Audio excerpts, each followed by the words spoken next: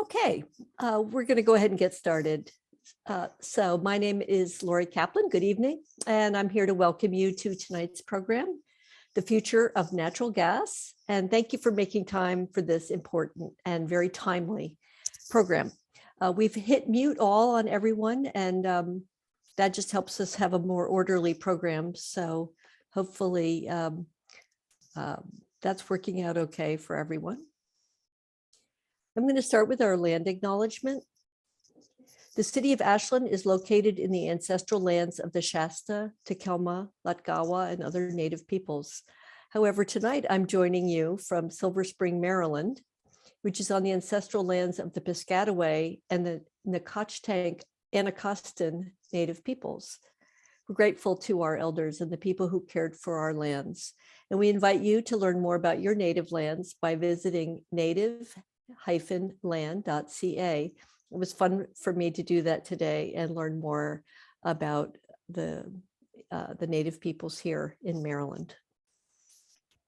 As I said, my name is Lori Kaplan, and I am the chair of the Ashland Climate Action Project of SOCAN, Southern Oregon Climate Action Now.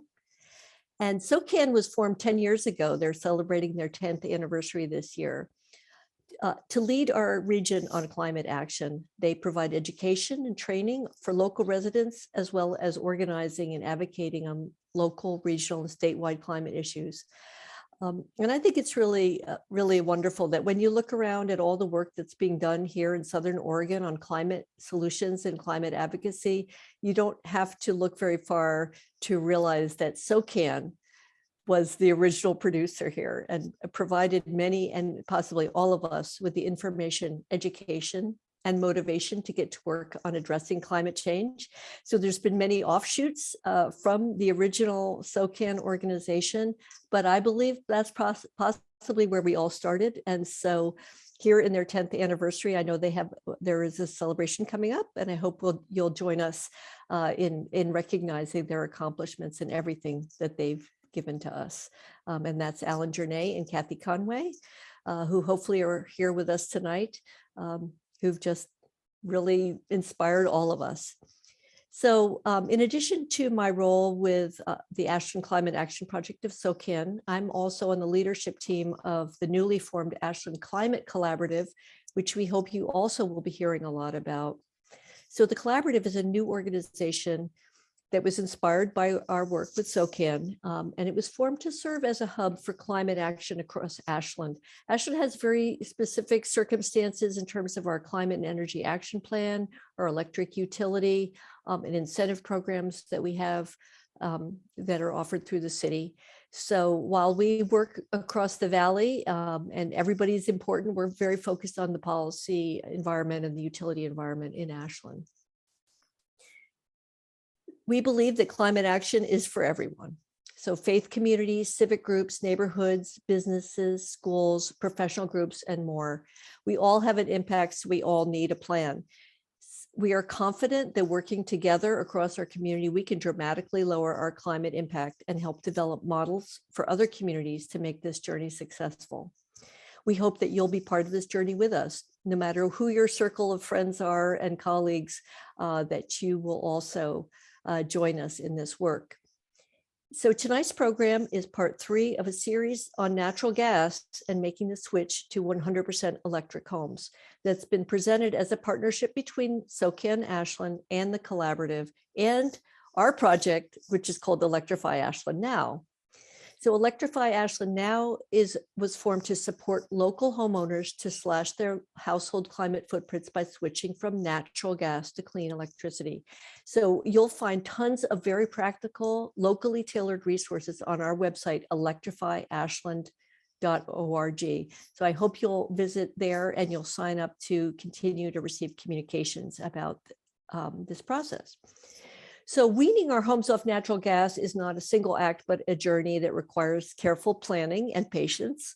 Those of us who are already on this path have found tremendous benefit from sharing experiences with each other, neighbor to neighbor, and getting advice from those among us who have technical building science expertise. So starting in May, Electrify Ashland Now will start hosting monthly homeowner support group calls. Our first call will be held on Wednesday, is it Wednesday or Thursday?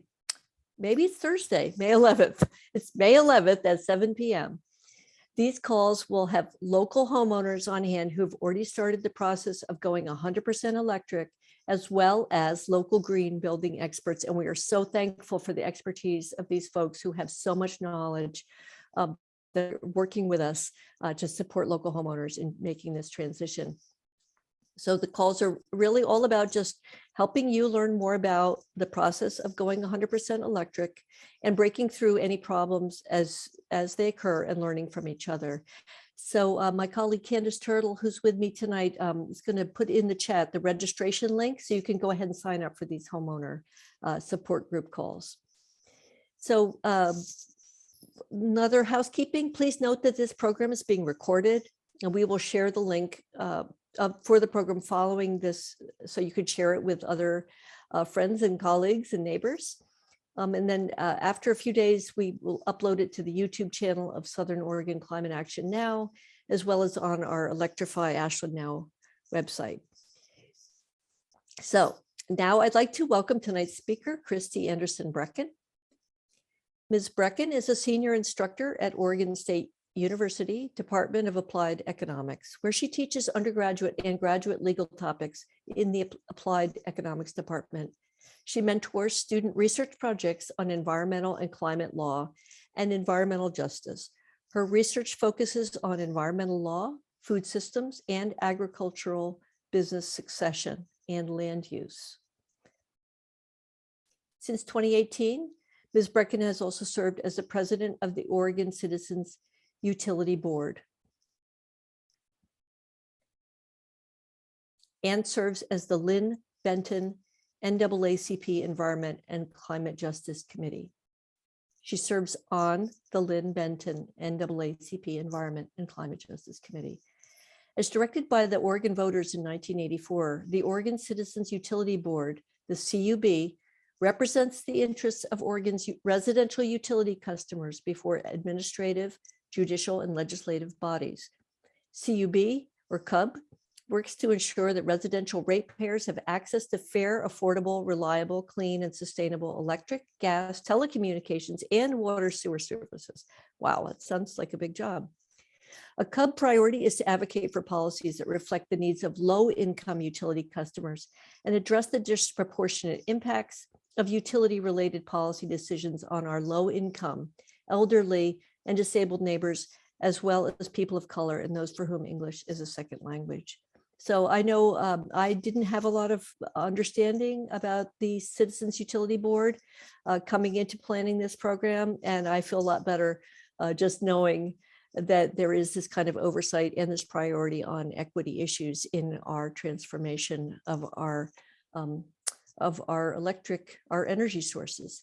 So I would like to go ahead and welcome Christy Anderson Brecken to go ahead with her presentation. And if you haven't done so already, if you put the program on speaker view with your view icon in the top right-hand corner, that will help you see Christy and not just all of us. And she'll be sharing her screen with us tonight. So Christy, welcome. Thank you so much for being here. Yes, thank you, Lori, for the introduction. And here in Corvallis, we are on Kalapuya land, and I see a few other Corvallisites here today. So some of us are coming to you from the Kalapuya ancestral lands, and happy anniversary to SoCan. That's awesome. So yeah, you'll learn a little bit more about CUB. I've been on the Board of Governors since 2018, but I've been the president of the board for a couple of years now. I can't remember exactly anymore. So you'll have to forgive me. Time is very strange right now, right? But here we are, and it's a great, one great thing, I guess, about the pandemic is that it helped us all to be able to connect over longer distances. So that has not been a bad thing. So I'm just going to start here tonight. This is something that I like to start all of my classes with. I made up this Venn diagram on the fly in class one year, and it seems to work pretty well for discussing policy. So policy as a general matter, right, is just a course of action that we choose to reach a goal given the current conditions and constraints of the world. So I made up this little Venn diagram just to represent the fact that successful policy requires aligned law and economic feasibility, the science and technology that exists in the world, and our values as a society. And so social, cultural, ethical, moral, wherever you find your values. So let's see, for some reason, there we go. So we are all here tonight, I think, because we share values. We share values of intergenerational equity, environmental justice, stewardship of nature, or whatever brings you to working on climate change. So I'll acknowledge our shared values here. You have already seen a lot of science and technology behind the use of natural gas or methane. And so that was your parts 1 and 2 of this series, which is awesome. I won't go into it, and I'm not a scientist, and I'm not you know, a technologist. I'm married to an electrical engineer though, and so I do actually glean a lot of knowledge from him that you may see pop up. I feel like this is a fun thing for us to talk about since he works on energy systems and renewable energy on the grid, so good synergies in our household. And this is where we are tonight. So our institutions of law and economics really are intertwined systems.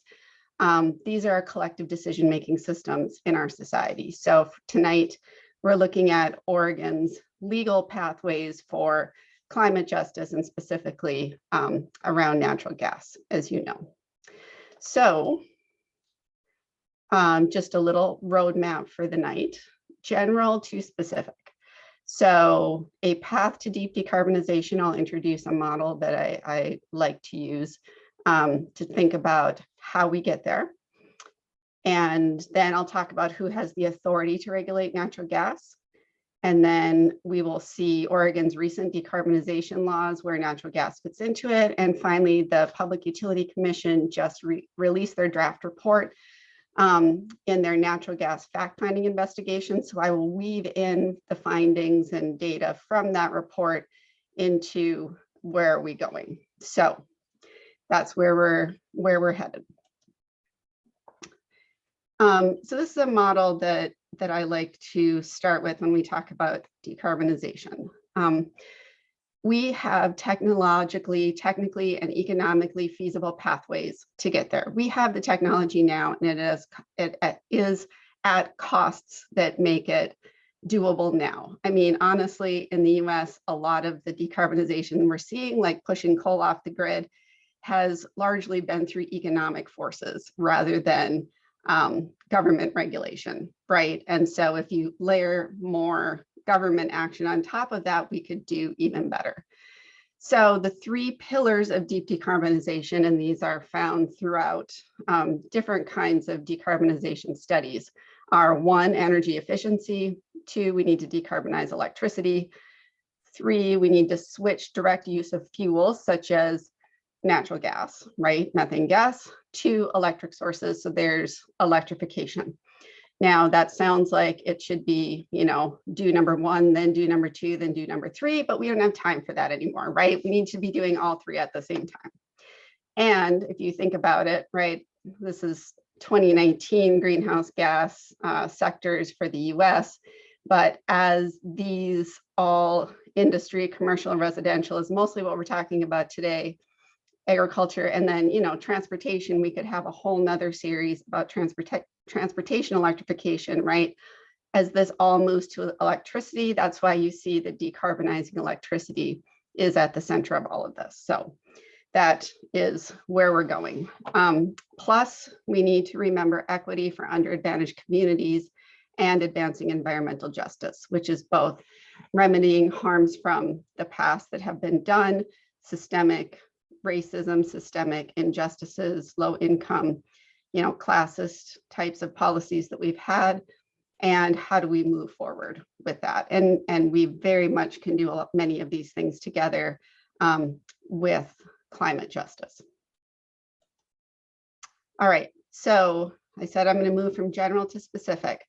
So you are going to get a quick civics review, which I'm sure you all basically know, right? But as soon as we start talking about things like administrative agencies, some of it might be a little bit fuzzy. So all of my students learn this. This is something that I think is really important to remember and gives us the legal pathways to understand the relationships and the lines of authority. So in reality, it will take a portfolio of policies at every level of government to mitigate and adapt to climate change. So everyone is necessary, but we are going to focus on the state of Oregon with just little hints to federal and local in this presentation. All right, first concept, federalism.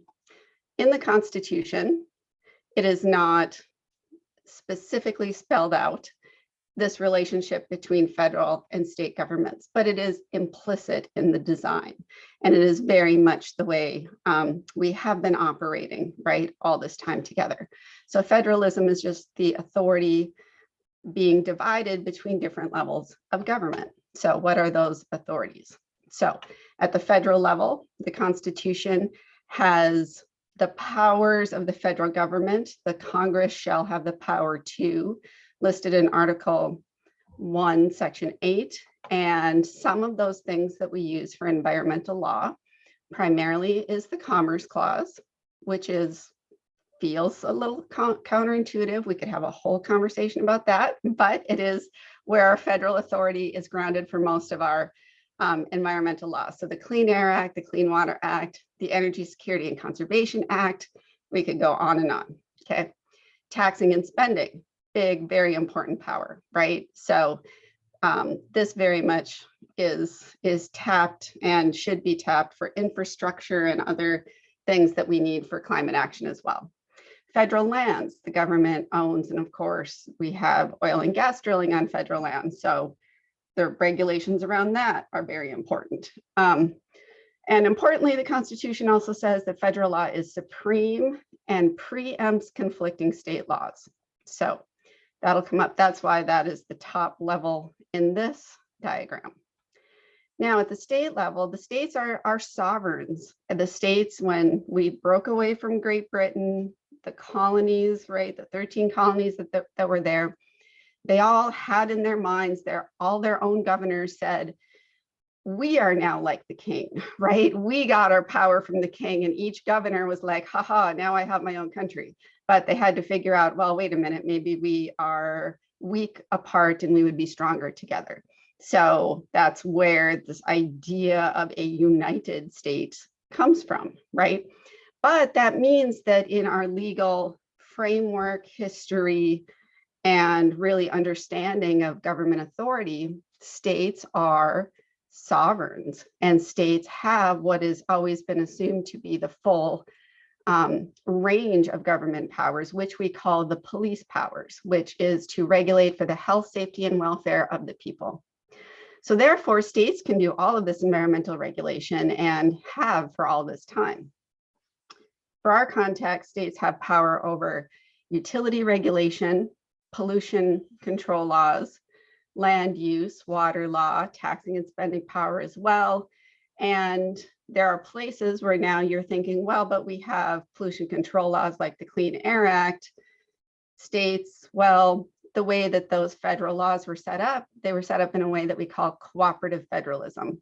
So states can make their own laws that are stricter within, for example, the Clean Air Act framework, and states can take over with the administration of those laws. It just provides better coordination, and it provides some local control. So we have this federalist system reflected even in explicitly written federal laws from the 70s, which is pretty cool. Now, local governments are a subdivision of the state.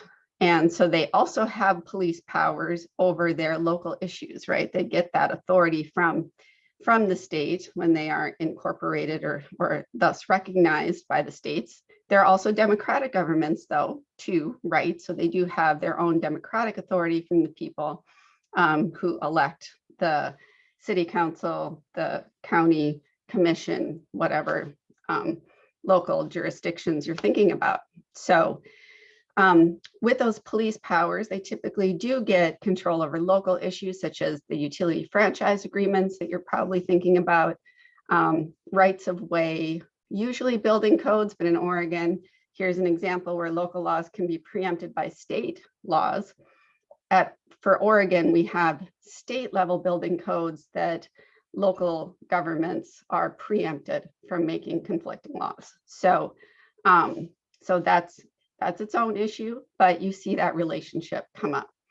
Okay, and then we have households, right? So households within, you know, this whole layered system of government that we have the power to make our own choices, but our choices are limited based on the infrastructure that is around us, based on what appliances are available on the market and at what price, what vehicles, what's our household budget, what has happened in the past, what is a previous homeowner done to my house that makes it more or less difficult to electrify, right? So households have choices, but the choices are constrained by the history and by all of the regulation that has created the legal and market framework that exists around them right now. So, woo, that's a lot, right? Now, one more civics lesson. So the Constitution, right, creates lines of authority between the branches and levels of government. So you can think of it this way, right? The Supremacy Clause puts federal statutes, treaties, and the Constitution higher than supreme to state constitution, statutes, administrative, and common law that may conflict. So that's where preemption comes from. But note, this is important, there is no federal preemption of state utility regulation, which is where we're going. So we can leave the federal government out of this when we talk about utility regulation. Then on top of it, because we're going to be talking about state laws and state administrative agencies, right? The delegation doctrine says that these legislative branches pass, right, statutes, state statutes or federal statutes. They delegate some of that power or authority to the administrative agencies, which are in the executive branch, to make specific regulations or to implement existing laws. So this is the important relationship and what is underlying everything we're going to see about the Oregon legislature passing certain laws and then the Public Utility Commission implementing those laws. Okay, this is where the legal authority comes from. And the whole point of telling you this is to help you realize that when you say, I want to see something change, when you think about what is it that I want to see change, right? You look to who has that authority and then you go knocking on the right doors, right? Bark up the right tree where you will find someone who has the correct power. So that's the takeaway and why I want you to have this kind of as a landscape when we talk about legal authority. All right, so how can Oregon utility regulation decarbonize being natural gas reductions? So the first thing we'll talk about is which utilities are regulated and why. We'll talk about who participates and how. What kind of regulation are we talking about? So as we saw, the legislative branch passes laws, generally applicable, and the executive branch through executive orders and administrative agencies then implements those laws, okay? So we'll see examples of all of these things. And now you understand how they relate to each other. So let's start off with which utilities are regulated and why. Now, states have the power to regulate for the health, safety, and welfare of the people, right? And so states regulate to provide safe, reliable, and affordable energy to the public. That has traditionally been the goal of utility regulation, okay? And back in 1876, a Supreme Court case found that state regulation to ensure essential services such as energy that are affected with the public interest could be regulated by the state. Okay. And from an economic perspective, this is usually justified under the idea of a natural monopoly. So we, at some point, decided that it was very inefficient to have utilities all building out their own infrastructure. It's very expensive, right? And then having them compete for customers. Instead, the government, the state, gives a utility exclusive authority in some area where it can then have a monopoly over those customers, right? So when there's a single provider in a location and you have no price or quality competition, then economics would say state regulation is totally justified, because if that's a monopoly, they're going to take advantage of customers. It's not going to be safe, reliable, and affordable. They're just going to try and make money, right? And so what we have in utilities, some are publicly owned, like I guess, or Ashland's electric utility, or they may be consumer cooperatives. That's very common. We have a consumer cooperative for part of Corvallis, throughout the Midwest, especially in the more rural areas. There's a lot of consumer cooperatives. My brother-in-law works for a consumer electric cooperative actually in North Dakota. So that's very, very common. But in Oregon, we have some investor-owned utilities as well. So when they're investor-owned, then shareholders in a private company own the business, the utility, and they have a corporate structure. So in Oregon, our investor-owned electric utilities are Pacific Power, PGE, and Idaho Power. We have natural gas utilities. You have Avista. We'll talk about Avista. In Corvallis, we are served by Northwest Natural, and there is another one, Cascade. So these are for-profit entities, and that's why the government regulates them, because we need to make sure that they're providing safe, reliable, and affordable energy to the public, not just generating profits for shareholders, right?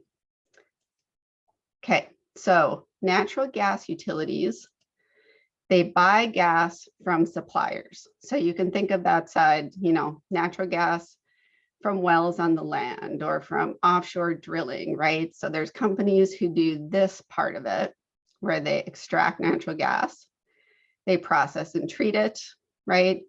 And then utilities that we're talking about own and operate all of this distribution, okay? So they own the distribution system. Now, some large industrial customers may buy directly from the natural gas suppliers, but then they pay the utility for distribution services, for example. So notice that then the city gate is an important component of this, right? That's where your franchise agreement would come in, for example. And you can think about the situation as, supply here from the extraction and processing of natural gas, sending it through pipelines to the demand side, right? All of the homes and businesses and industrial customers and transportation customers that use the natural gas. So remember that we have this system, and there are different actors in these systems. And so when we talk about utilities, we're talking about this own, operate, distribute side of the equation, okay? Now, the next thing we want to talk about is who participates in this regulation and how. So who participates? Well, of course, the government does, right? The state legislature and the PUC is right there at the middle. Utilities, of course, participate because they're the ones that are getting regulated and want to have a say in that. Industry participates because what happens at the legislative or PUC level impacts the prices that they will pay, right? We also have environmental and public interest NGOs, people who care about the externalities created, right? The harms, the pollution, who care about that regulation. Now, we all, if we're ratepayers or citizens, we of course care, but it's really hard to participate in this process. You know, the legislature, we basically kind of know how that works, but the PUC is a technical, wonky, you know, this is pretty in-depth stuff here. So Oregon has this Oregon Citizens Utility Board, which Lori started introducing you to. So I'm going to tell you a little bit more. And so Oregon CUB represents ratepayers and citizens, because otherwise all of our individual voices are very small, and we don't all have the expertise to engage the way that utilities and industry does, right? So the Oregon Citizens Utility Board was created through a ballot initiative in 1984, and it's an independent nonprofit. So it's a nonprofit that is required, that Oregon voters said this nonprofit has to exist. So it's in state law. We have a CUB statute that we sometimes have to refer to as board members, which is kind of cool. So this is, you know, very forward thinking of Oregon. Whoever's not muted, please do mute. That would be nice. Thank you. And so Oregon CUB is the voice for the residential utility customers, and it's a counter to industry power at the Public Utility Commission. Now, last year, the year before, I had a couple of students who did some research on CUBs, other citizen utility boards throughout the country, and there's only really 3 or 4 of them in the rest of the country. So sometimes if you hear stories about utilities in other states, maybe that are defeating a net metering rule or something, right? That is a state where they do not have an organization like CUB. And there's no one there to counter that industry power. So I've been very impressed with CUB since being on the board. CUB speaks the language of economics and law. So Oregonians have a voice in the room where this energy policy happens. They have a general counsel, a lawyer on staff. They have several economists on staff to do the analysis that needs to be done. So the analysis is very good. The engagement, engaging with CUB members, community organizations, policies, utilities is fabulous. And then advocacy. So CUB has, is always on the forefront of crafting rules and laws that would benefit Oregon consumers and citizens. So CUB's main goal is to advocate for utility policy that reflects the needs and values of Oregonians. And, it really comes down to the realization that when we have clean energy, it is more affordable. It is, in the long run, more accessible. It is more reliable and resilient when we do it right. So CUB very much has been an advocate of clean energy for many years now, and I can share examples along the way if you want to, how that analysis comes out. So if you go to CUB's website from February, here's a blog post about the Avista rate case increase. Specifically on gas, CUB believes that gas utility investment should be limited to those that are clearly needed for safety and reliability, not investing in new pipes to serve new consumers. And we'll talk about why that is in a little bit, but CUB has been on the forefront of this and is right now working on this Avista rate case, which we'll talk about what rate making is. And so if you're not familiar with CUB yet, it might be great to become a member.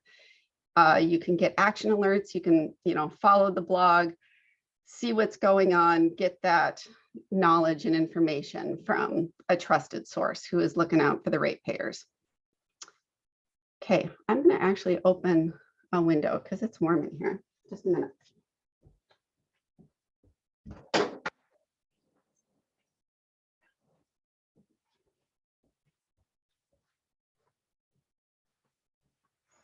The room I'm in has wonderful electric radiant floor heat, but I find that when I stand and give a presentation, I get warm. Okay. All right, so we talked about which utilities and why, who participates and how. Now we'll get to the nitty gritty of what kind of regulation. So here we go. All right, so you'll remember from a few moments ago that we have the structure of federal and state law. When it comes to natural gas, federal statutes like the Natural Gas Act and others regulate the construction and operation of interstate natural gas pipelines. Like I said, we also have laws about drilling on public land, but there's also private land that is drilled. And then the federal administrative agency is the Federal Energy Regulatory Commission, FERC, that deals with that kind of permitting, right? Now, in Oregon, on the utility side, we have the Oregon Public Utility Commission, authorized by several Oregon statutes, and we'll see some examples as we go through in more common language. And so the PUC is the executive branch agency that regulates investor-owned utilities in Oregon. If you'll remember the map of the natural gas system before, right? We have supply and demand. So generally the drilling side is done at the federal level, the demand side is done at the state level. And since supply and demand in a market should be equal, right? Driving down demand is necessary if we want to drive down supply. That's another good way to think about the economics behind this. All right, nitty gritty. So the kind of run of the mill happening all the time, PUC oversight and regulation happens through integrated resource plans and rate making. So an IRP is a plan for the next 20 years of a utility's energy needs within its legal requirements. So there are other laws that apply, right, that constrain what the agency can do. Now, an IRP is done every 2 years for the next 20 years. So they're constantly taking the last plan, right, updating it, presenting the new IRP for the next 20 years. Basically, as soon as that's done, they start the planning process again for the next 20 years to present, so 2 years down the road. So this is a very intensive rolling planning situation, which is actually a really good thing to have, right? So the legal requirements are that the utility has to come up with the least cost, least risk combination of supply and demand management. So when you consider climate change and when you consider the impacts and when you consider the regulations that are coming for fossil fuels, we have been using this least cost, least risk framework to push toward cleaner and cleaner sources of energy. So this is an old framework relatively, but it's fabulous given that clean is least cost, least risk, and efficiency is actually the least cost, least risk thing we can do, right? The IRP process is a stakeholder-driven process that drives the investments and programs of the utility, and people can show up. Environmental groups can show up. Developers often show up, right? Because they might have an interest in this. Industry shows up. Everybody who has an interest in the utility might show up. So this is something that everyone could potentially participate in. And then once the plan is hashed out for that 20-year time period, the PUC will then acknowledge the plan, and that shows what the prudent investments might be going forward and the fact that they will be in legal compliance. All right, so the second important thing that is happening all the time is rate making. So the PUC approves the rates that the utility can charge each class of customers, right? So residential, commercial, industrial customers. So they can only recover right? Or utilities can only charge us for things that are considered to be prudent investments. So there have been times when CUB has argued in a, for example, Pacific Power rate making case, that they kept a coal plant open. They chose to invest in keeping a coal plant open. And CUB was able to argue that that was not a prudent investment, that that coal plant was not the least cost, least risk thing they could have done. Therefore, they cannot charge us ratepayers for that, right? So having a watchdog in the room who's able to, show the economics of each of these, energy choices is really important. And I think that might have been what hooked me on CUB, that particular decision, or yeah. Utilities have no guarantees of authorized rates of return. So the utility has to meet their sales goals, manage their own costs, right? They're still running a business. They're not like guaranteed a certain amount of profit or anything. And then the PUC has the final say on rates, including the cost of stranded assets. So if a utility has invested in something in the past and now should not be using it anymore, right?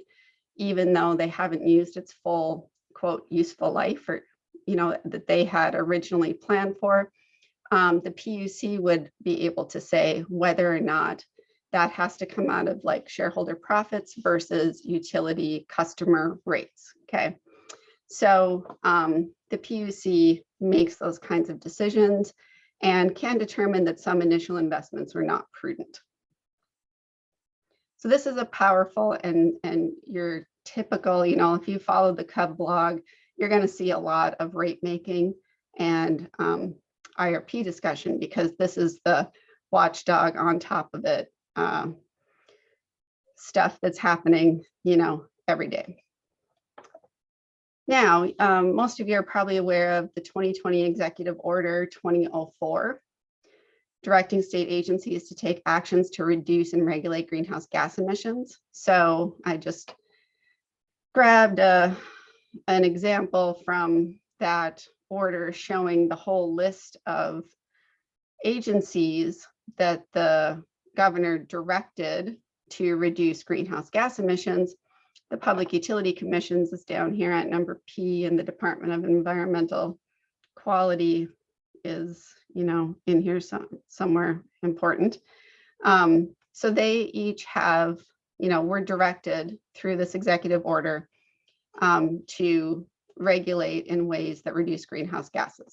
So specifically, the PUC is supposed to be looking at utility portfolios and customer programs to reduce risks and costs to consumers with greenhouse gas reduction, okay?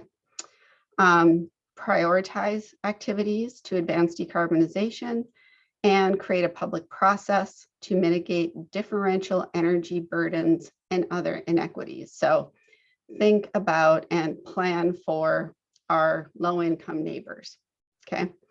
Now, the Oregon Department of Environmental Quality just in December released its climate protection plan, which is authorized by, other laws passed by the legislature, but also kind of encompasses and takes on this job of reducing greenhouse gases across sectors. So it directs fossil fuel suppliers to reduce emissions by 50% below 1990 levels by 2035 and 90% by 2050. This is actually faster than had been directed. It had been 45 and 80, but they stepped it up to 50 and 90 in these timeframes. Now, Avista is responsible for about 3% of the covered emissions here. Northwest Natural, where I am, is about 21%. But fossil fuel suppliers, so this includes, of course, our transportation fuels like gas and diesel and kerosene and other kinds of fossil fuels out there in the world, not just natural gas. All right, so in June of 2021, the PUC started this natural gas fact finding under the executive order to figure out, okay, how are we going to do this, right? And so the climate protection plan was not out at the time when they started this, but then came in, and they had always been telling the utilities, you need to plan for these reductions, right? So knowing that that regulation was coming relatively soon, the utilities in this fact finding had to think about and model, and you see here the utilities had to give compliance models to the PUC, give the PUC data and information about how natural gas utilities would reach these goals. Okay, so this was a whole long process. We are now here at the draft final report, which I'll tell you more about, but notice that this is not over. There's links in here to the report. You'll get a PDF of this presentation afterwards if you want to, so that you can look at the report yourself. You can submit your own comments. You can go to public meetings. These are the rest of the steps of the process, okay? So you can get engaged. All right, the summary provided on the first page of the fact finding has these points, and I had to shorten a few of them just to fit. So the first one, this I didn't have to shorten. This is literally what it says. Momentum for limiting gas expansion and gas supply innovations is accelerating. So that's nice to see coming out of this fact finding. However, there will be manageable to substantial costs and risks to consumers by 2029, and there will be substantial equity issues. So we will talk more about costs and equity. They better understand climate protection program compliance and decarbonization issues. So that's good. The PUC does believe it has the authority to create new regulatory tools necessary to shape and manage the risks and costs while we are decarbonizing. Also, very good news that they already feel they have the regulatory authority for this.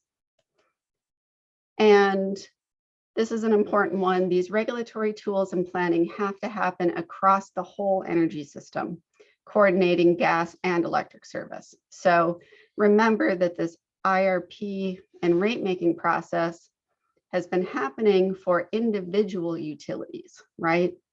But as people start electrifying and moving from natural gas to electricity, the electric system will be impacted. So the PUC is saying we need better integration, recognizing that this is an energy system that has its limits, right? Because it needs to be decarbonizing across the whole. So I'm going to go back to that initial organizing principle of the 3 pillars of deep decarbonization plus equity to see how this fact finding and these summary results fit in to deep decarbonization plans to make the case that we're going in the right direction and the PUC is going in the right direction. Okay. So pillar 1 is energy efficiency, right? Energy efficiency is the least cost, least risk energy resource, and that's what utilities should be doing, right? So even though we may have rising population, right? We think about this rising demand, we have decreasing energy intensity when we implement more energy efficiency. So we use less energy per person.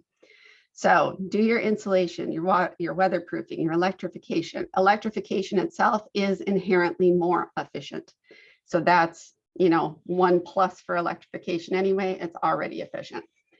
And we see cost-wise system-wide benefits. So for every $1 in efficiency spending, we save $3 by reducing new generating needs, right? If we don't have to create the energy in the first place, that saves us all everything. So efficiency is relatively cheap compared to making more energy. Okay, so the Energy Trust of Oregon administers energy efficiency programs. There is a public purpose charge that Avista customers pay pursuant to PUC settlements, even though it's not part of the original legislation. Now, one problem that has been around is that Energy Trust may not and does not advocate fuel switching. That means switching from natural gas to electricity, right? But can provide fuel neutral technical information. So that is from an old PUC docket. In the draft report, PUC recommends training vendors on heat pumps, increasing the marketing of heat pump technology on its website, but including, which is great, this is great, heat pumps, right? But including dual fuel and gas powered heat pump technology. So this gas powered heat pump stuff, this is something that the at least Northwest Natural talked about in their filings with the fact finding. And I guess Cub's analysis is this technology is not really market ready. It's not as efficient as electric heat pumps. Like if you're going to do a heat pump, why wouldn't you do an electric heat pump? So, so this is something that I would say, if you want to make comments, you can push the PUC on and say, I don't see why we would do this, right? Okay, so that's one thing that came out of the fact finding. All right, decarbonization pillar 2, decarbonizing electricity. So you all may know that Oregon started with a renewable portfolio standard in 2007. Then we had the coal to clean law in 2016. Our last in-state coal plant, Boardman, closed in 2020. That actually was Cub was instrumental in that and negotiating that planned closure, which is awesome. And now in 2021, the legislature passed 100% clean energy for all. That applies to investor-owned utilities. So not the utility in Ashland, I guess around you've got some Pacific Power customers. But this is really big because Pacific Power and PGE together serve 74% of Oregon consumers. And so they may not sell fossil fuel derived energy to Oregon customers, right? They can't charge us for that after 2040. So our electricity will be decarbonizing because of the state law. And this applies to electric service suppliers that serve many large industrial customers. So that's great. And then everyone who has municipal power or cooperative power companies can work on those companies and talk to them about where they're acquiring their electricity supply. So expanding electrification will impact the electric system, right? Because shifting buildings and transportation to electricity will increase electric demand. We must meet that demand with carbon-free electricity, and affordability, safety, reliability, and resilience has to be managed simultaneously. So the electric companies, they have work to do too, and we're all over that. And so this is where that recommendation that PUC and other agencies must understand the energy systems as a whole, finding the opportunities for complementary services or where there might be conflicts. And so we have to look at these decarbonization pathways across fuel types. So this is a really important point to drive home with the PUC, that we need to find ways to do this analysis, because we shouldn't just be shifting from one form of carbon to another, right? And we need to protect consumers who have to pay the bills at the same time. Okay, decarbonization pillar 3. This is where the real rubber hits the road here with natural gas, right? Switch direct use fuel to electric sources. So most gas companies and consumers, most gas company consumers and their revenue comes from residential use. So this is Avista's breakdown of number of customers and percent of their load by customer type. So they are mostly residential. Interestingly, they sell way more gas to transport companies, 27% of the load, but those companies only pay Avista for delivery. So most of their revenue comes from residential customers. Now, if we let them continue to grow their customer base, that just means it's more difficult to reduce, 50% 50% below 1990 levels by 2035, right? Like there's a fixed amount of carbon or, or greenhouse gas equivalent that can be released. And so if you grow your customer base, that only makes it harder to reach those goals. And then, stopping that growth or shrinking it, though there is a risk that the customers that remain on the system are going to pay for the fixed cost of the system, and they're paying for the rate of return that the utilities are planning for, right? Plus the cost of gas is likely to go higher. So this graph comes out of the natural gas fact-finding report, and let me just point something out. So Avista is the orange lines. So the solid line is their base case. That's just business as usual. This is the number of customers, or if they continued to add customers. And then the dotted line is if their customers declined. But what we're looking at here is the percent change in the residential bill. So Avista is basically saying, if we just keep doing what we were normally doing, our bills are going to go up. And if we decrease our customers' bills are actually going to stay about the same. Now, Northwest Natural says the opposite. And Northwest Natural, honestly, is a little more intuitive. So the PUC looked at this, and look at Cascade's like, well, nothing's really going to change. Bills are going to go up a lot, and no matter what we do, right? So the PUC's report looked at this and said, what? Is there something fundamentally different about your business? Are you cooking the books? Like, what's going on here? So this is a big question mark, and the PUC is concerned about what is actually going to happen, right? So, we can look to other decarbonization pathways. So this one, you can use this link if you want to later. We see that electrification reaches our greenhouse gas goals with overall cost savings over time. So if you think this line here is, 0, and above it, there's cost, and below it, there's savings. So no matter what type of decarbonization pathway was modeled, all costs rise up until about 2035, 38, something like that, right? So we need to, we're going to be making investments in a lot of new stuff, and so therefore costs rise. But if you look at the low transformation, 100% greenhouse gas free by 2050, the costs go way up. So this is for not electrifying end uses.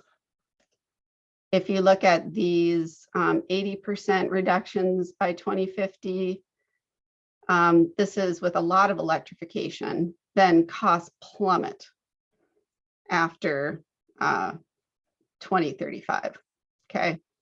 And if you look at the 100% clean scenarios by 2050, costs drop and then come up a little bit because there's got to be additional investments. That last 20%, getting that last 20% of greenhouse gases out of the system is going to be the most expensive. So, but still you're doing better than we are right now. So, the takeaway here is that electrification in all of these models is cheaper for us as a society. So that's good. Okay. Now, you probably have heard a little bit about renewable natural gas, green hydrogen, or synthetic gas, right? So this is just coming from other sources that have a lower overall greenhouse gas potential than fracked gas.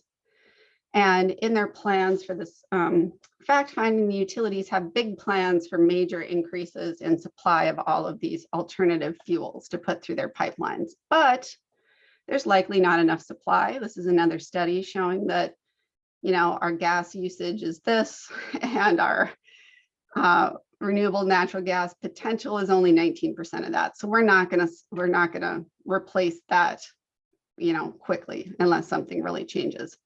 And the costs are both uncertain and probably very high compared to the cheap frack gas that we've been drunk on for some decades now, right?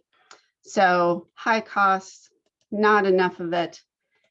All of this because we don't know increases risk and cost for ratepayers, and you know that the PUC does not want risk or cost, right? We're looking for least cost, least risk outcomes. And, you know, alternative fuels are useful, but they may be useful for those really hard to decarbonize sectors, not for residential sources. So residents, if we can get those electrified, that's a better pathway. Very, very good to remember. Okay. So reducing methane gas requires careful planning and urgent action. So the PUC is going to monitor all of these alternative fuels. They're thinking outside the box, maybe allow gas companies to recover the costs outside of their quote normal course of business. They don't exactly say what that means, but it could be maybe they can pay for even more energy efficiency or, God forbid, electrification, right? Even though that's not their business model now. So there may be things that they can do that the PUC would be okay with. And they need to align the rate structures with their decarbonization investments. We also need to think about minimizing those stranded assets. So removing the subsidy for line extensions, which is there now, would be great, because right now all the other ratepayers pay for those subsidies. Putting a moratorium on new natural gas hookups, that's a local or state issue. Banning the sale of new gas fueled appliances, that also could be a local or state issue. There's some different legal theories about how that could happen. Other places have done it. Some states are looking at it statewide. That would be great. One, amazing thing to think about that the gas companies really wouldn't like is this idea of branch pruning. So we could make strategic retirements of some distribution infrastructure. So say all of the houses in an area become electrified, then we could, cut off that natural gas pipeline. We could just stop it and get rid of it, right? Prune the branches back. So that is something that has been studied in California, and may be a way to go in the future. So I would say support the PUC in their thinking outside the box and support policies like the PUC can do to get rid of the subsidies for line extensions, which I think they can do basically anytime. Okay, and then finally should be pillar 4. We need equity for underadvantaged communities and advancing environmental justice. So we know that households that can afford electrification will do so first. The PUC estimates that after 2 or 3 years of sustained price increases, that households will start to switch. And then as some households leave the system, others that can't switch will bear the cost because the distribution charge is the largest part of that bill, really. So Oregon has passed a whole list of wonderful environmental justice oriented laws in very recently in the last 5-6+ years. Some very specific PUC ones here, many of which CUB advocated for. So that's all great. So while we electrify while advancing environmental justice, the PUC recommends that Energy Trust community action agencies, local governments like yours and your organization, your website and your programs are awesome, right? And target that efficiency and electrification funding for environmental justice communities, because adoption is important. We need as much as possible, but the people who will benefit from it most, especially the subsidies and support, are communities who otherwise wouldn't be able to pay for it out of their own pockets, right? And I would urge you to consider renters. They often have no control over the heating or cooling infrastructure of where they live, but they have to pay the bills. And so is there a way we can target programs or policies for landlords? The PUC is already working on low-income rate classes for energy burden customers. So that is on the way and awesome. And then, continuing the IRP process and rate-making process for reaching those emissions targets at the least cost. Least risk will protect everyone. Okay, so other things to recommend. So, I would say these are my kind of top 4 takeaway messages. If you want to advocate, stick to the 3 pillars. We need efficiency, we're decarbonizing electricity, and electrify. And those are things all happening in your community now. Low-income electrification, think about renters, shrinking the natural gas system in a proactive, planned way. That's probably going to get the most resistance from the gas utilities. So being creative about that, and forceful will be important. And then RNG or hydrogen, use them for the hard to switch uses, hard to decarbonize uses, not for residents. Finally, local governments have a lot of authority, right? Cities are where the people are. And so a lot of emissions come from cities. Residential and commercial building use is a big chunk of that. Waste management is another big chunk of that. So again, local governments, electrification support like you're doing, prohibiting new gas hookups, that's another legal question in Oregon. More branch pruning down the road, something to keep in mind as we move forward. So I want to wrap up. This is kind of a wonky graph, but I think it's useful. So if you've been following climate change, right, business as usual has been this high worst case scenario, 5 degrees of warming is often called business as usual, but research and lots of different researchers are finding that we're really here now in the 2 to 3 degree range of warming, given the current policies. This was made before the last COP. This is from 2020. So we're actually probably a little bit below that if policies match pledges, right? So we have done a lot of work. We're not in this high warming world anymore. It's very unlikely. We'd have to undo the work we've done, right, to get this bad, hopefully. But this also means we still have room to come down, right? And it gives me hope because we can see how much we have done as a globe. We've done a lot. There's more to do. We know how to do it. So back to the policy diagram, right? All of our values, science, technology, and institutions come together. Law and economics is where our collective decision systems happen. And here's the good news is that every year there's more overlap between the science, technology, our values, our law, and our economics. I hope you could see that from everything I've showed you from the Oregon legislature and the PUC. So we are on the path. So keep working because we're moving in the right direction. Lots of ways to get involved, and you can have these slides so you don't have to scribble everything down. And I'm happy to answer questions. I see one. Great. Yeah. Thank you, Christy. This has been really amazing. Yeah. Thank you. And I've written that.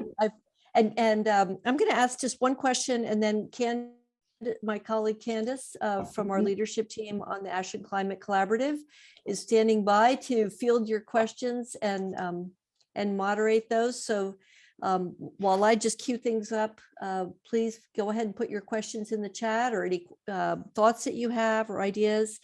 I guess I want to put like a little pin in some things that you've said and just bring it back to the Ashland context. I think you've confirmed that we're on the right path. I think you've also confirmed, that we I loved how you talked about supply and demand, that by us reducing our demand will help bring these markets into alignment. I think this is one of the challenges that we have as individuals, is that we think we don't have any power. But I think what I'm hearing, you're laying out where the powers are, but also reminding us that we have a role in this, which is, I think, really tremendous. And I want to emphasize that in Ashland, I think our actions have tremendous impact. because we're already with Bonneville Power, we get hydropower, which while hydropower is not completely benign, we know that it has environmental impacts. It is one of our carbon intensity. So when we talk about decarbonization, when we switch from gas to electric in Ashland, we have an enormous impact. So this is a great amount of power that we have. And please know that as an organization that we are focused like a laser beam on working through this transition. And we are completely confident that this is going to happen. The technologies are there. So I think there's obviously a role for state policy to help us through this cost transition so we don't have our lower income rate payers bearing that burden. So I think we'll all be looking for policies around that. But I want to ask one very specific question before I turn it over to Candace, which is if our listeners are in a Pacific Power territory for their electricity, will the Energy Trust of Oregon pay for them to give them incentives to switch from gas to electric? I hear they're not emphasizing it, but will people get those incentives?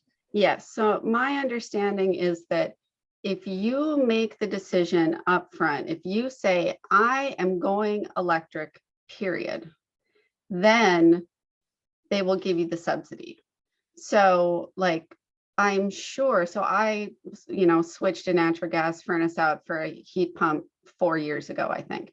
And I called the contractor and I said, I want a heat pump.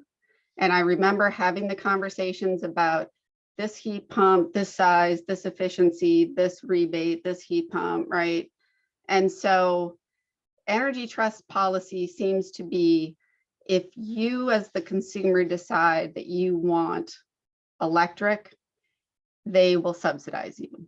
But don't come knocking on their door and saying, do you support fuel switching? Because then they'll say, no, actually, we don't, right? So it's stupid that there's like some magic words or something, but that's my understanding. It's not that they're prohibited from doing it, but they're not supposed to advertise it and be like, this is what we want. Now, you can say to the PUC, please untie Energy Trust hands and just let them explicitly subsidize fuel switching. That would be wonderful, right? So that can happen, but my understanding is that yes, you can. And I'm pretty sure I did get the subsidies because I called and said, this is what I want. All right, thank you. Okay, Candace, it's all over to you. Great. Well, thank you so much. I think we've all feel like we've learned so much. And this is a good follow-up question on the remark that Lori just made about subsidies, which is someone was inquiring, is there any interest in Oregon, I'm imagining at the state level, to provide tax incentives for solar as has been done in the past? And I would like to add a follow-up question to that, because this is a sort of an energy policy kind of issue. And my follow-up is, tonight we've been talking about at what point can we sort of interact with regulation? Who regulates solar? Or is it pretty much unregulated because it's private businesses competing with each other? So the first part of the question is, do you know if there's any interest in Oregon continuing or expanding to provide tax incentives for solar? Yeah, so Oregon used to, and it was a very generous tax credit, which was awesome. But if I remember correctly, that program ended, and in part it was some, there was someone taking advantage of some of those subsidies in some way, and the legislature pulled back on on the subsidies. So I don't know if they're planning, if anybody, I don't know if that's on anybody's radar to bring back those subsidies for solar. You do still get a federal tax credit. I think it's around 50%. I'm sorry, I think it's around 30% of the purchase price that you get back from the federal government. And it's a tax credit. So you have to have taxable income for it to offset. That's a very big problem and inequity in how those subsidies are designed. Sorry, I didn't come prepared for that question, so I'm mining my I know that, neurons. and I know that the city of Ashland has had some incentives or rebates for solar, and I do not know where that stands currently. Yeah, but the other, yeah, so the other good thing that, the other, you could think of it as a subsidy, but the other economic benefit of solar is that Oregon has net metering. So if you put solar panels on your house, like I have, right, in the summer, they generate far more electricity that our household uses, and that becomes a credit on our electric bill.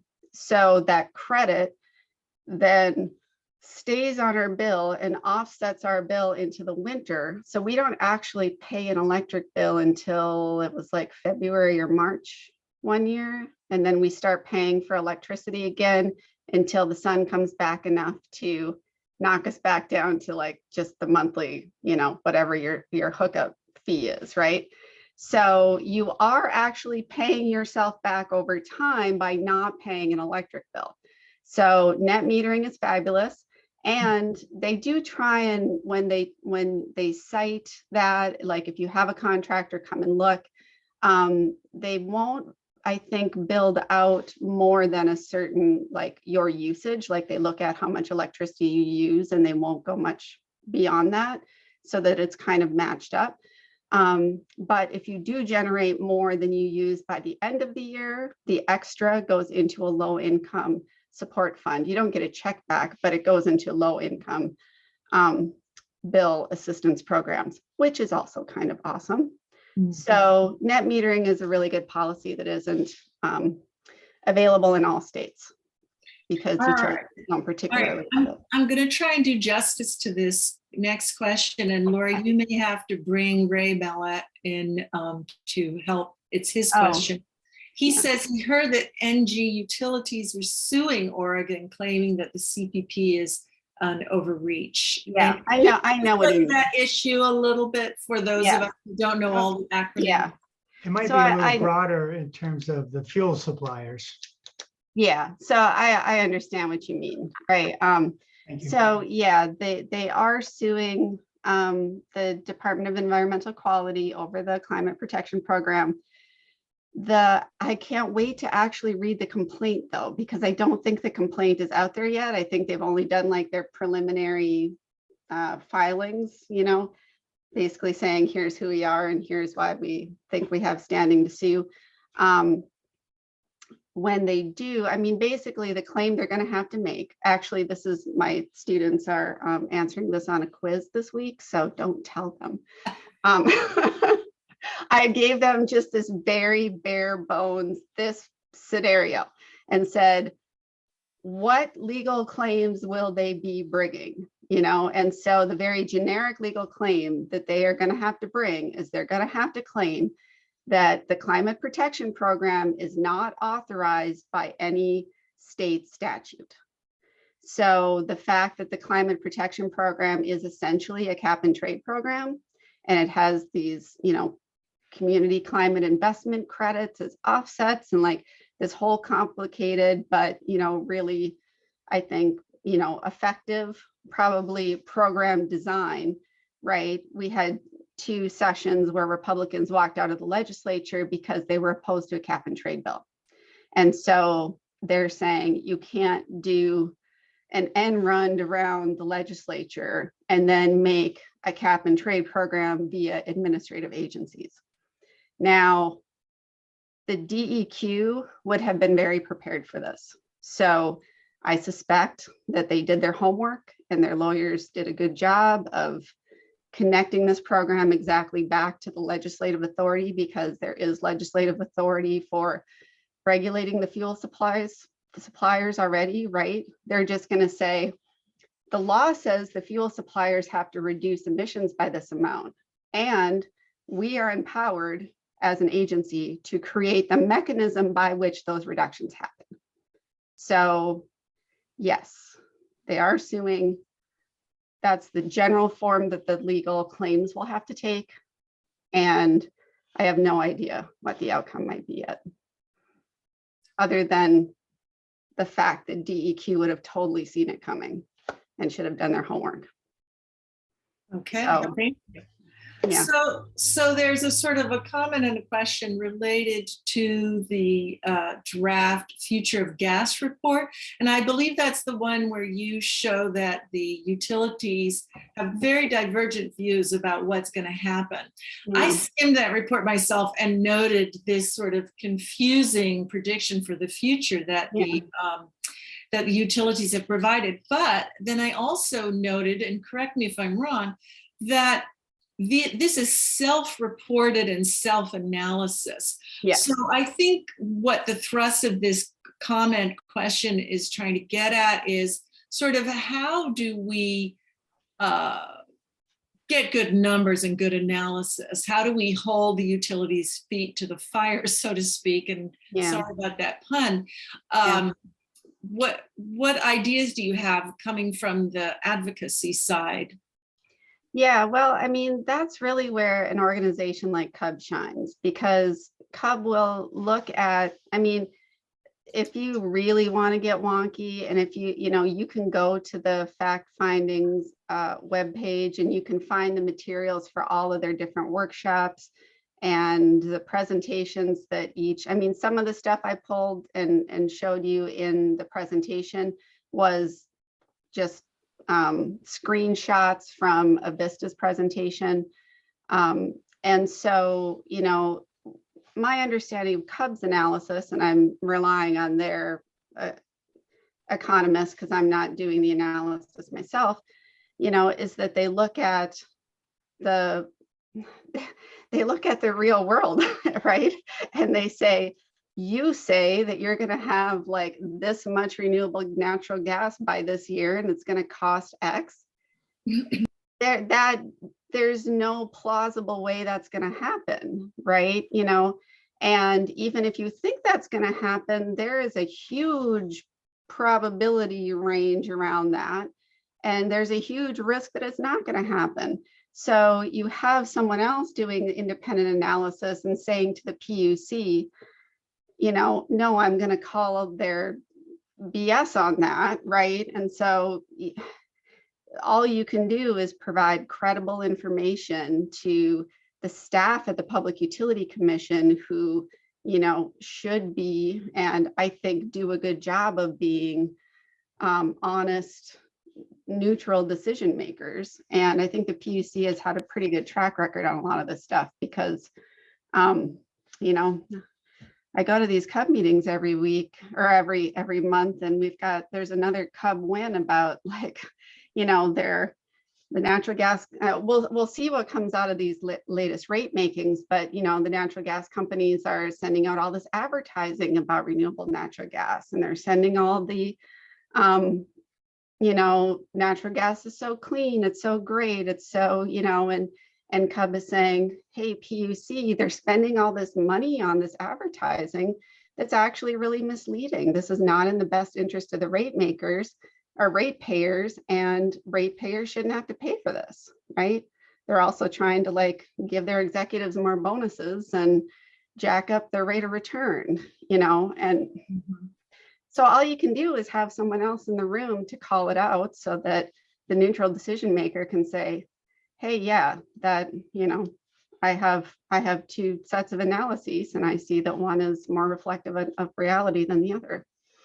So basically the way for citizens to participate is through CUB and generally. Yeah, I mean, yes, of course, if you have the expertise and the time to go for it, right? Yes. Totally go for it. But it is pretty complicated stuff. And I've learned a lot, and I even have a background that helps me, so the fact that we have these really talented, lawyer economists, advocates who have been working in this field for such a long time, it's really an asset that most other states don't have. Thank you. And Bob Kaplan is trying to squeeze one quick question in, and we've got 3 minutes to 8:30. So I don't know if there's a quick answer to this. but let's hope there is. And he asks, what can CUB do to get more transparency on the fugitive emissions of methane gas from the wells through the pipelines all the way to the city gate? I personally am not aware of regulations around fugitive emissions. I guess that would be something, you know, if you followed the lines of authority, it would be something that I would think either possibly the PUC could mandate utilities measure and report. If you got the legislature to pass that kind of law and say, PUC, you have to get them to measure and report that, that would be, you know, definitely the way that it could happen. And yeah, I think you just need some kind of regulation on the books, and I honestly don't know that one exists. So yeah, I don't, you know, like you could try it in a natural gas franchise. I don't know, but yeah, you know, I think there's more and more scientific evidence of measuring these things, you know, showing that it's much higher than we previously had to. Yeah, and I think now that the satellite measurement technology exists, it's easier to craft an ordinance requiring clean air emissions testing, and then the responsibility after that. I think this wraps it up, and I'll turn it over to Lori to say good night to everyone and thank you. What a great evening. Yeah, thank you all, and good questions. And I just want to echo what Lori said about, you know, there are things that we can all do, but this is not our individual responsibilities. It is the responsibilities of the industries and the governments that have created this situation for us. And collectively together, right, is how we push back. And so it is about, so when you think about like helping the individuals in our community, yes, it's about individuals, but it's also about us being a community and knowing that this is where we want our community to go. And I just want to point this out, my knitting project. So this is a deviation from mean temperature in Oregon from 1880 or so to 2020. You got to see the 2020. Oh, It's kind of scary, huh? But you can see it. wow. 1800s, 2020. And as you probably can infer, bluer colors, right? Darker blue colors are cooler and darker red colors are lighter, and the gradient in between. So it's very clear in Oregon. All right, well, let's see what we can do to put a little more blue at the top of that. That's great. Knock it back. Great. Well, thank you, Christy, and thank you, Candace, for your help. And thanks to everyone who went through the whole 3-part series, which is now all available on YouTube. And hopefully you're all motivated now to do everything you can to accelerate this transition. So Christy, you've given us a lot of new tools tonight. Thank you so much for spending your evening with us. And I'll be setting up the links, and I hope folks will sign up for the support group that we're setting up May 11th. The address is in the chat, and we'll be doing more programs and adding more resources to our website, electrifyashland.org, and look forward to working with you on that. So we can do this. Thank you so much for being here. Have a great evening. Good night, everybody. Good night. Thanks, Christy. Wonderful presentation. Ah, good. Glad it worked. Take care. Take care. Bye-bye.